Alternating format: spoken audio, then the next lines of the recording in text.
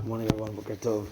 We're continuing the Halachot of Brit Mila, and we know that Brit Mila is on the 8th day. So the 8th day, the way to calculate it is, it's what I call halachic days, as opposed to 8 sets of 24 hours. So for instance, if a baby is born 1 hour before sunset, let's say on a Sunday, so even though it's 1 hour before sunset, that's still considered day 1. And he could have his Brit Milah the next Sunday morning, which is the 8th day, even if it's right an hour into the morning. So really you only have 6 sets of 24 hours plus 1 hour of Sunday, the first Sunday, and 1 hour of the last Sunday. It's not 8 sets of 24 hours. So that's halachic days, and that's how Brit Milah is calculated. The daytime of when the person's born, when the baby's born, 8 days later. And this even applies if, let's say, the baby's born and midweek, the person, let's say, is from Israel and they decide to fly with a 3-day-old baby to Israel, let's say, to do the Brit Milah there. Now you're 7 hours ahead. You've shortened the time now even more, right? Nevertheless, 8th day is 8th day. If your kid was born Sunday, the Brit Milah is Sunday, even though in the middle you flew to Israel and now you've saved 7 hours, right? So nevertheless, the Brit is still 7 days. It's another question. What? If you go the other way, you make it longer. Yeah. Now, sometimes, if unfortunately the child is sick or jaundiced, the Brit Milah can be pushed off. But this needs to be, of course, dealt with a competent mohel that knows the halachot and what's considered sick, what's considered not sick, as there's two types of sicknesses. A sickness that's what's called be'echad me'evarav, a sickness that's in one of the limbs of the child. And if that sickness goes away, then you can do the Brit Milah right away. But if it's a sickness that's called bechol haguf, a sickness on the whole body of the baby, then that sickness, once the doctor deems that he's okay, you actually have to wait another 7 days, and that's 7 full days of 24 hours in order to do the Brit. I remember my Rosh Hashiva once gave us a riddle, and he said, how can there be a Brit Milah, let's say on a Monday, but it has to be from 2 p.m. and onward? He said, what does that mean? If you're allowed to have the Brit on Monday, you do like you do in the morning.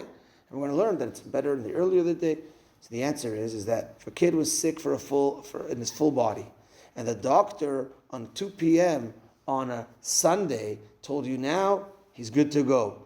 So then 7 days later, 7 days later, sets of 24 hours is Monday, because if it happens, let's say on a Tuesday, 7 days later is a Monday, exactly at 2 p.m. That's from where you could have the Brit in that type of situation.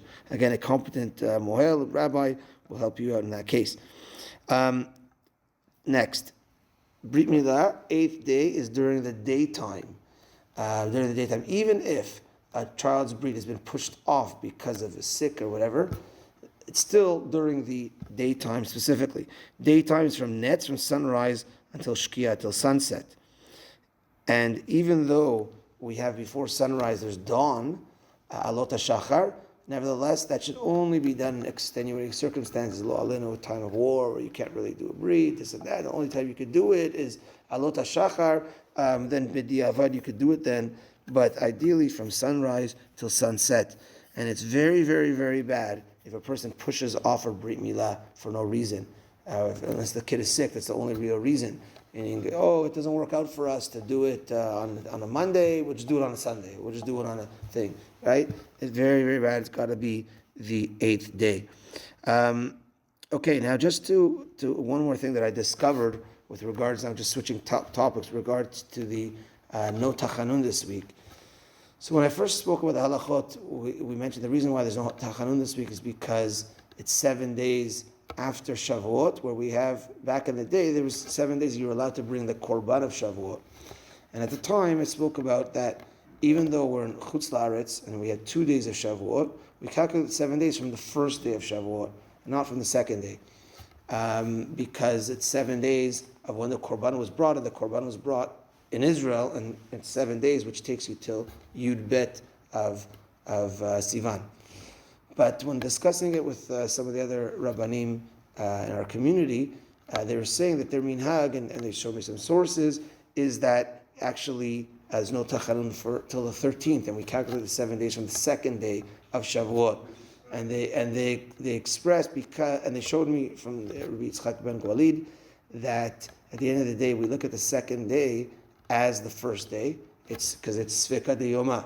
So even though so we look at the second day like it's the first day, and therefore 7 days go from there. Plus, this year there's an added reason is because we would have started Tachanun on Friday morning, and so someone quoted Rabbi Atiyas, who used to be the Rosh Kollel here, said specifically also in this case not to start it on a Friday morning, and therefore this Friday morning we will not be doing Tachanun. It's day 13, it's day Yud Gimel, so we will continue it through, and we'll go with this minhag, and we will not do Tachanun this Friday morning, so we'll restart again Sunday morning, Be'ezrat Hashem, Tachanunim. So I hope you're okay with that. You okay with that, Moni? Okay. Mincha tonight at 7:05.